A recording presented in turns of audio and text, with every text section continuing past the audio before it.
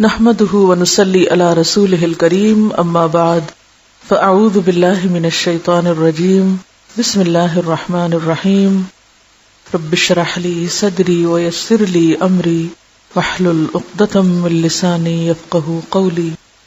متفرق مسائل page number 87. مسئلہ نمبر 137. حکومت زکوٰۃ لے لے تو آدمی فرض سے بری ذمہ ہو جاتا ہے. عن انس بن مالک انہ قال اتى رجل من بني تمیم الى رسول اللہ صلی اللہ علیہ وسلم فقال اذا ادیت الزکاة الى رسولک فقد برئت منها الى اللہ ورسولہ فقال رسول اللہ صلی اللہ علیہ وسلم نعم اذا ادیتها الى رسولی فقد برئت منها فلک اجرها واثمها على من بدلها. رواہ احمد. حضرت انس رضی اللہ عنہ سے روایت ہے کہ ایک آدمی نے رسول اللہ صلی اللہ علیہ وسلم سے کہا جب میں زکوٰۃ آپ کے قاصد کو دے دوں تو کیا میں اللہ تعالیٰ اور اس کے رسول کے ہاں بری ذمہ ہو گیا؟ یعنی آپ نے جو نمائندہ بھیجا زکوٰۃ جمع کرنے کے لیے تو کیا میری زکوٰۃ ہو گئی؟ کیونکہ ہمارے یہاں بعض اوقات یہ ہوتا ہے نا کہ فلاں جمع کر رہا تھا، پتہ نہیں اس نے آگے پہنچائی کہ نہیں، پتہ نہیں اب میری زکوٰۃ ہوئی کہ نہیں. یہ ہوتا ہے نا بعض اوقات لوگوں کے اندر. آپ نے فرمایا ہاں جب تو نے مجھے ادا کر دیا تو تو اللہ اور اس کے رسول کے ہاں بری ذمہ ہو گیا. بری ذمہ کا مطلب کیا؟ تمہاری ذمہ داری ختم ہو گئی، تجھے اس کا اجر ملے گا، اور جو اس میں ناجائز تصرف کرے گا اس کا گناہ اسی پر ہے. اسے احمد نے روایت کیا ہے. تو کیا بات اس سے سمجھ میں آئی کہ جب آپ زکوٰۃ ادا کر دیں تو آپ کی ہو گئی، جس نے جمع کی. کیونکہ اب یہاں تو حکومت کی سطح پر زکوٰۃ نہیں جمع ہوتی، لیکن بعض اوقات کیا ہوتا ہے کہ بیت المال یا کوئی ادارہ زکوٰۃ اکٹھی کرتا ہے یہ کہہ کے کہ ہم فلاں جگہ خرچ کریں گے، فلاں جگہ کریں گے. آپ کے لیے بھی کیا سہولت ہوتی ہے کہ خود ڈھونڈنے کی بجائے ٹھیک ہے آپ ادھر اس کو دے دیں اور پھر اس کے بعد فارغ ہو جائیں. اور بعض اوقات یہ بھی ہوتا ہے کہ جب ایک جگہ زکوٰۃ اکٹھی ہوتی ہے تو وہاں اکٹھا کر کے کسی ایک جگہ لگانے سے زیادہ فائدہ ہوتا ہے بجائے اس کے کہ تھوڑی ادھر ادھر ٹوٹی پھوٹی دی جائے. اب دینے کے بعد بعض اوقات لوگ شک ڈال دیتے وہ تو خود کھا گئے، وہ تو فلاں جگہ لگا دی انہوں نے. ایسی صورت میں جب آپ نے صحیح سمجھ کر ایک کام کر لیا تو فکر ختم کر دیں. پاکستان میں پہلی رمضان کو خود بخود ہی وہ ڈیڈکٹ کر لیتے ہیں، نکال لیتے ہیں.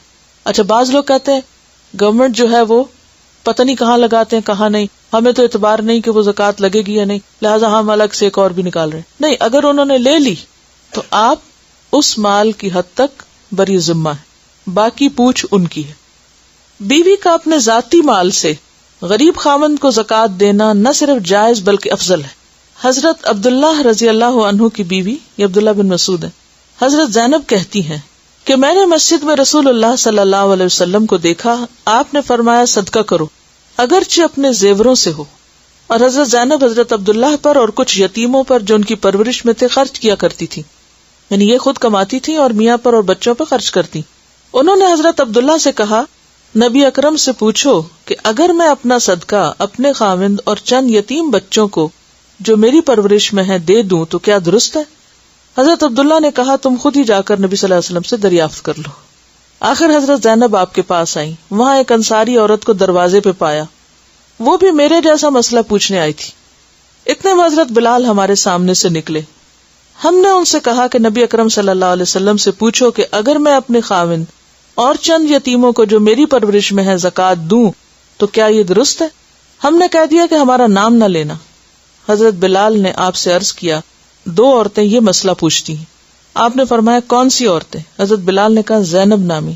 آپ نے فرمایا کون سی زینب؟ حضرت بلال نے کہا عبداللہ بن مسعود کی بیوی. آپ نے فرمایا بے شک درست ہے اور ان کو دگنا ثواب ملے گا. ایک تو قرابت داری کا یعنی رشتہ دار کو دینے کا، جیسے ہم نے پڑھا ان اللہ یأمر بالعدل والإحسان وإیتاء ذی القربى، تو اس ایتاء میں زکوٰۃ بھی شامل ہے اگر وہ مستحق ہو، ویسے نہیں. تو آپ نے فرمایا ایک تو ثواب قرابت داری کا اور دوسرا زکوٰۃ کا اجر یعنی فرض کی ادائیگی کا. اسے بخاری نے روایت کیا ہے. ٹھیک ہے. اب ایک دفعہ عورت نے اپنی زکوٰۃ نکالی، شوہر کو دے دی، پھر شوہر چاہے بچوں پہ خرچ کرے یا کسی کاروبار میں لگائے یا کچھ بھی کرے، اب اس کی ذمہ داری ختم، یعنی اس کی ادا ہو جائے گی. اچھا، اب اس میں یہ بھی ہے کہ بعض اوقات ایسا ہوتا ہے کہ شوہر کوئی بھی کام نہیں کرتا، معذور ہو جاتا ہے، یا کچھ عورت جاب کرتی ہے، اس کے پاس ہے، یا والدین کی طرف سے ملا، یا کسی بھی طریقے سے کوئی بھی اس کی انویسٹمنٹ ہے. تو ایسی صورت میں بعض اوقات ایسی مثالیں ملتی ہیں، اور اس میں دین کی خوبصورتی آپ دیکھیے کہ کہیں باہر جانے سے پہلے نیکی کی ابتدا گھر سے کی جائے. اپنے عزیز و اقارب اور رشتہ داروں کو زکوٰۃ دینا افضل ہے. حضرت سلمان بن عامر کہتے ہیں کہ رسول اکرم صلی اللہ علیہ وسلم نے فرمایا، مسکین کو زکوٰۃ دینا ایک گہرا ثواب ہے، اور رشتہ دار کو زکوٰۃ دینا دوہرا ثواب ہے، ایک زکوٰۃ کا اور دوسرے صلہ رحمی کا، رشتہ داری کا. حضرت ابو ہریرہ کہتے ہیں کہ نبی اکرم صلی اللہ علیہ وسلم نے فرمایا، ایک آدمی نے کہا کہ میں آج کی رات صدقہ دوں گا. وہ اپنا صدقہ لے کر نکلا اور ایک زانیہ عورت کے ہاتھ میں دے دیا. صبح کو لوگ چرچا کرنے لگے، رات ایک زانیہ کو صدقہ دیا گیا ہے. اس نے کہا، اللہ تعریف تیرے ہی لیے ہے، میرا صدقہ زانیہ کو مل گیا. اس نے کہا کہ آج میں پھر صدقہ کروں گا. وہ صدقہ لے کے نکلا اور ایک مالدار کو دے دیا. لوگوں نے باتیں کی کہ آج کوئی مالدار کو صدقہ دے گیا. اس نے کہا، اللہ تعریف تیرے ہی لیے ہے، میرا صدقہ مالدار کے ہاتھ لگ گیا، میں آج پھر صدقہ کروں گا. وہ صدقہ لے کر نکلا اور ایک چور کے ہاتھ میں دے دیا. صبح لوگوں نے کہا، رات کسی نے چور کے ہاتھ میں صدقہ دے دیا. اس نے کہا کہ اللہ تعریف تیرے ہی لیے ہے، میرا صدقہ زانیہ غنی یعنی امیر آدمی اور چور کے ہاتھ لگ گیا. پس اسے خواب میں کہا گیا، تیرے سب صدقے قبول ہو گئے. زانیہ کو اس لیے کہ شاید وہ زنا سے بچ جائے، غنی کو اس لیے کہ شاید اسے شرم آئے اور عبرت ہو، اور چور کو اس لیے کہ شاید وہ چوری سے باز آ جائے. اسے مسلم نے روایت کی ہے.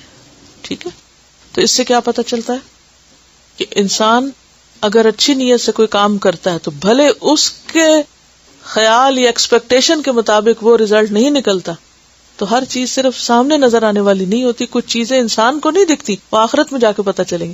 یا یہ کہ الا المبشرات، خواب کے ذریعے انسان کو کوئی ایسی انڈیکیشن مل جائے، یا بعد میں جا کے کہیں پتہ چلے.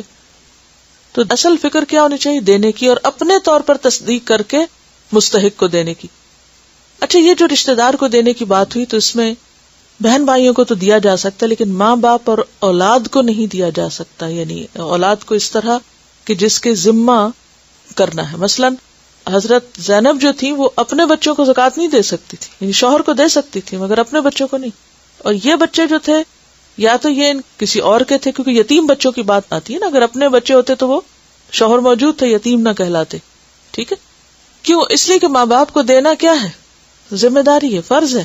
اولاد کو کھلانا فرض ہے، تو اس لیے اولاد کو تو اصل مال میں سے دیا جائے گا، نہ کہ زکوٰۃ میں سے. زکوٰۃ کے مستحق مسکین کی تعریف.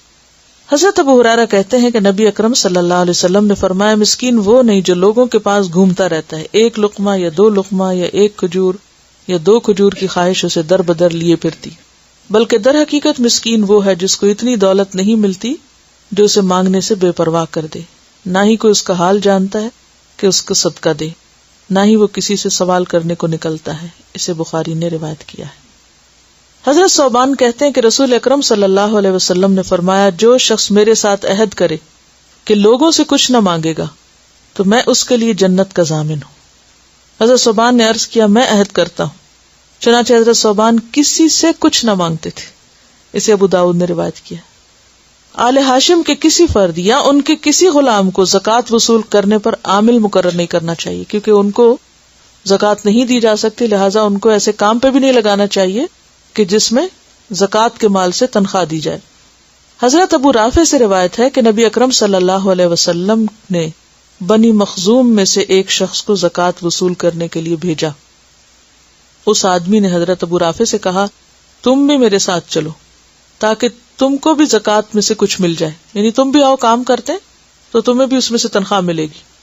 حضرت ابو رافع نے کہا، اچھا پہلے میں دریافت کر لوں. پھر حضرت ابو رافع رسول اللہ صلی اللہ علیہ وسلم کے غلام نبی اکرم صلی اللہ علیہ وسلم کی خدمت میں حاضر ہوئے اور آپ سے مسئلہ پوچھا. آپ نے فرمایا، قوم کا غلام بھی انہی میں سے ہوتا ہے اور ہمارے لیے صدقہ حلال نہیں، لہذا تمہیں اس کام کو نہیں کرنا چاہیے کیونکہ اس کی تنخواہ تمہارے لیے جائز نہیں ہوگی. مقروض مالدار پر زکوٰۃ واجب نہیں.